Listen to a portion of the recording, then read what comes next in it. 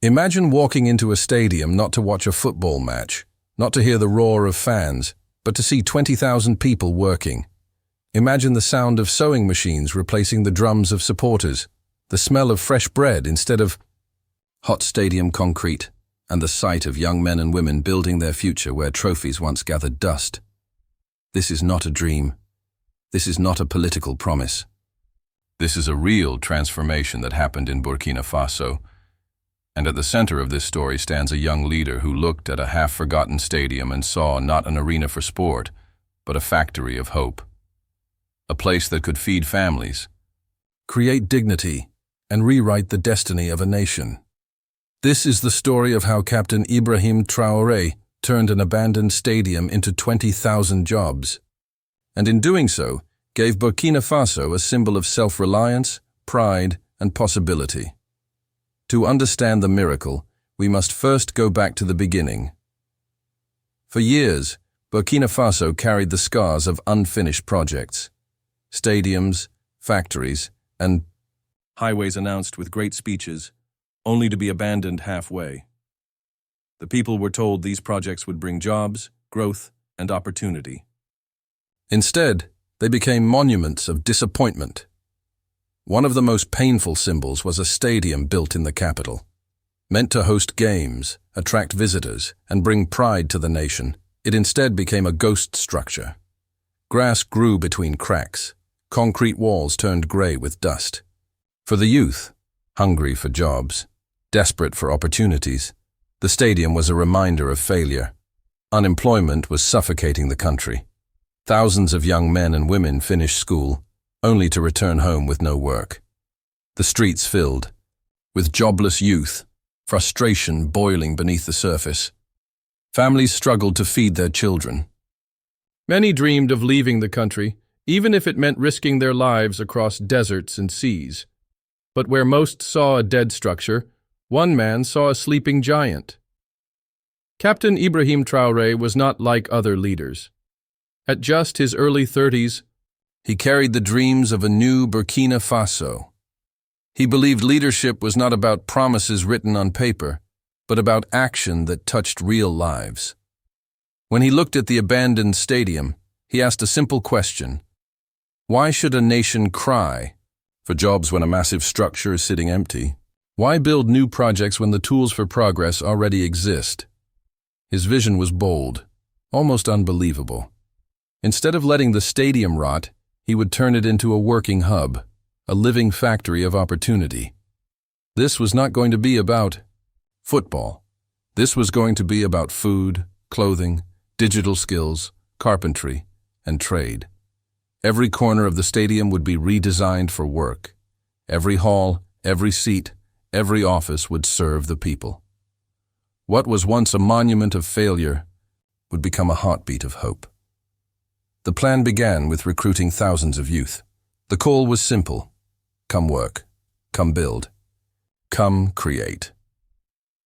The stadium that once waited for cheering fans was now filled with workers carrying sewing machines, wood-cutting tools, laptops, and farming equipment. Entire sections were redesigned. The stands that once hosted supporters were transformed into textile lines. Large halls became carpentry workshops. Underground rooms turned into food storage and processing centers.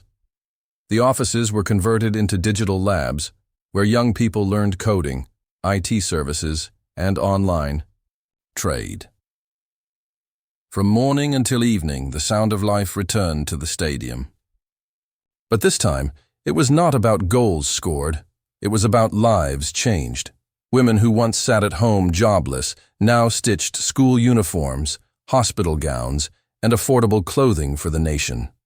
Young men who once roamed the streets now carved furniture, built tools, and repaired equipment. Others joined food processing groups, turning local harvests into packaged goods ready for markets. For the first time, thousands of youth earned stable income. For the first time, families who lived in despair could buy food without begging. For the first time, a dream became reality inside a stadium once left to die. But beyond numbers, it was the human stories that captured the nation's heart. Mariam, a single mother of three, once sold peanuts on the roadside, barely making enough to feed her children. When the stadium transformation began, she joined a sewing cooperative inside.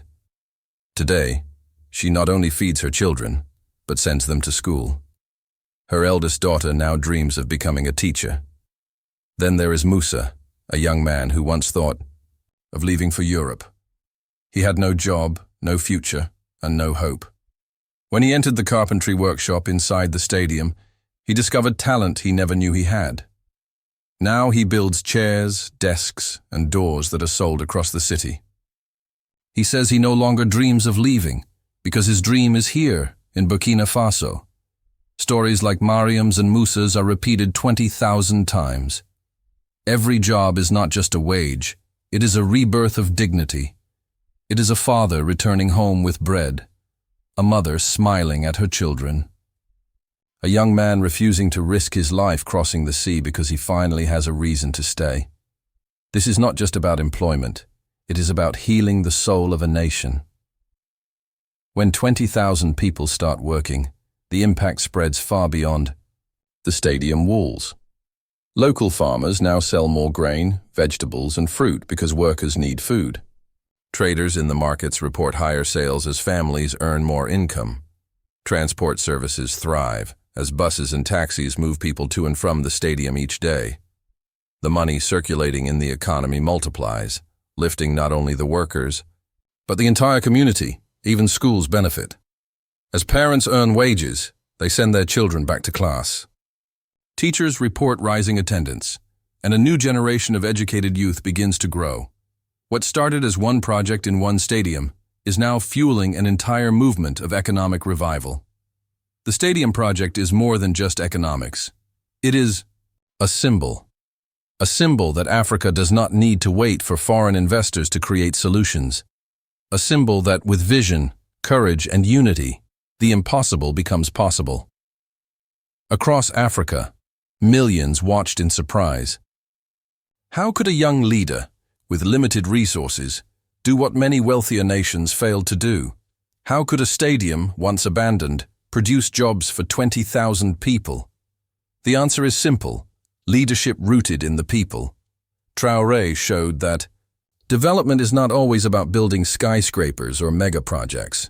Sometimes it is about taking what already exists and turning it into opportunity. Sometimes the greatest revolution is not in war, but in work. Of course, the road is not easy. Running a hub of 20,000 workers is a challenge. Ensuring fair wages, steady supply of resources, and long-term sustainability requires discipline and innovation. But the success of the stadium has inspired new thinking. If one stadium can create 20,000 jobs, what if schools, factories, and empty government buildings across the country were transformed in the same way? What if Africa's abandoned projects became Africa's engines of hope? The question is no longer, can it be done? The question is, how many more can we build? In the heart of Burkina Faso, where a stadium once stood silent, now beats the sound of life. 20,000 men and women working, earning, and believing again. This is more than a project. It is a message that leadership is action, that dignity comes from work, that hope is not imported, it is built by our own hands. The stadium that once symbolized failure now symbolizes possibility. And in that transformation lies a lesson for the entire world. With courage, vision, and unity, nothing is impossible. The story of Burkina Faso is still being written. But one thing is clear: the legacy of turning a stadium into 20,000 jobs will echo for generations. And it will stand as proof that the future of Africa belongs not to promises, but to action. If you enjoyed this story, don't forget to give it a like. Share it with your friends so more people can hear about this inspiring transformation. And if you want to see more powerful stories like this one, make sure you subscribe and turn on the notification bell. Your support helps us bring more voices and stories to life.